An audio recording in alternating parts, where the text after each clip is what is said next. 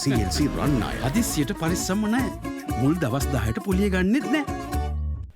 The world has known for some time that the future isn't fossil fuels. It has understood that one day oil will run out, and that shifting to sustainable energy sources is a must. What's more, the global powers have comprehended the damage the use of fossil fuels have caused to the planet. As such, the new mantra is going green. In 2015, the government of good governance launched a program to get people to shift to solar power. It was dubbed the Surya Bala Sangramaya. Rooftop solar shift only incurs the initial capital cost. Any excess energy post-consumption is added to the national grid that's remunerated. So at least half the country's households should have opted for it by now. But only 35,000 to 40,000 households have made the move towards solar energy. So what went wrong?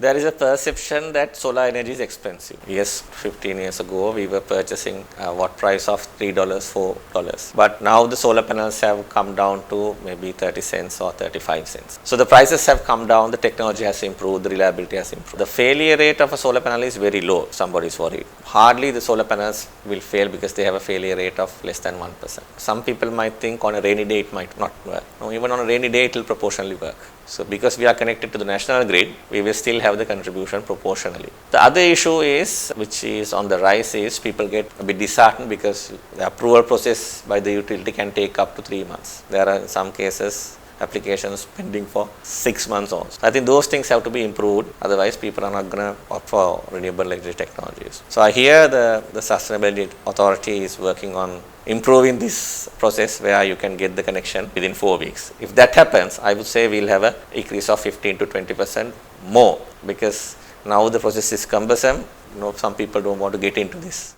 As things stand, whatever excess energy generated by domestic solar power system which is added to the national grid is compensated at 22 rupees per kilowatt within the first 7 years. From then on, the tariff becomes 15 rupees and 50 cents per kilowatt. Meanwhile, a solar panel's lifespan is expected to be around 20 years. At this point, the consumer is identified by the term prosumer, characterizing a mix between a consumer and a producer. In the present context, the country at large will benefit from a mass shift to solar power, especially with Sri Lanka not having enough dollars to burn on costly fuel imports.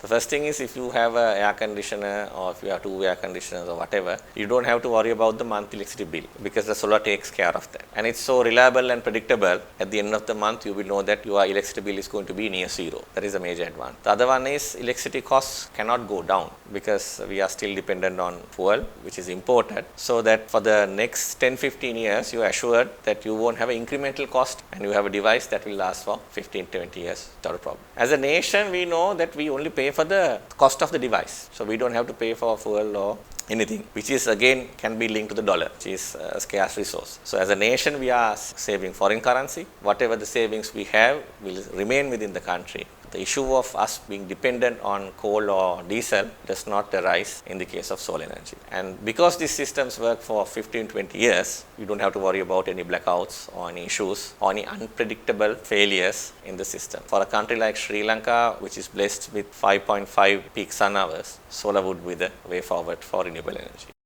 But rooftop solar isn't the only option.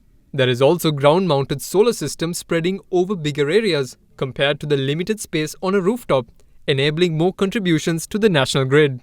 This too should have had investors queuing up. If you want to install a solar ground mount project with a tender or whatever the process, you have to go through 11 approvals, and all those approvals are interlinked. So if one fails, you can always fall back into the other. So these things can take years and years. So I think the government is working on a program to expedite this, maybe reduce the number of checks needed in a practical model. So if that's the case, I think we are talking 10 megawatt project which can be implemented within maybe 6 to 9 months. So what we are saying is, give the industry the projects. There are a lot of investors waiting. So if the projects come through, we can easily contribute to the policy of 70% renewables being absorbed into the national grid within, I think, span of 10 years. What's clear is that though the concept is good, there are wrinkles in the manner in which the implementation, which needs ironing out. So we attempted to contact the State Minister of Solar Power, Wind and Hydropower Generation Projects Development, Duminda Dissanayaka, the Secretary to the Ministry of Power, Sulakshana Jayawardena, as well as the former Minister of Power and Renewable Energy, Ranjit Siyamalapitiya. Despite weeks of trying, our attempts proved futile, as some were reluctant to comment. It's essential for authorities to ease the bureaucratic processes and give people confidence to shift to solar power. Especially with where Sri Lanka finds itself at present, the island needs a solar push more than ever.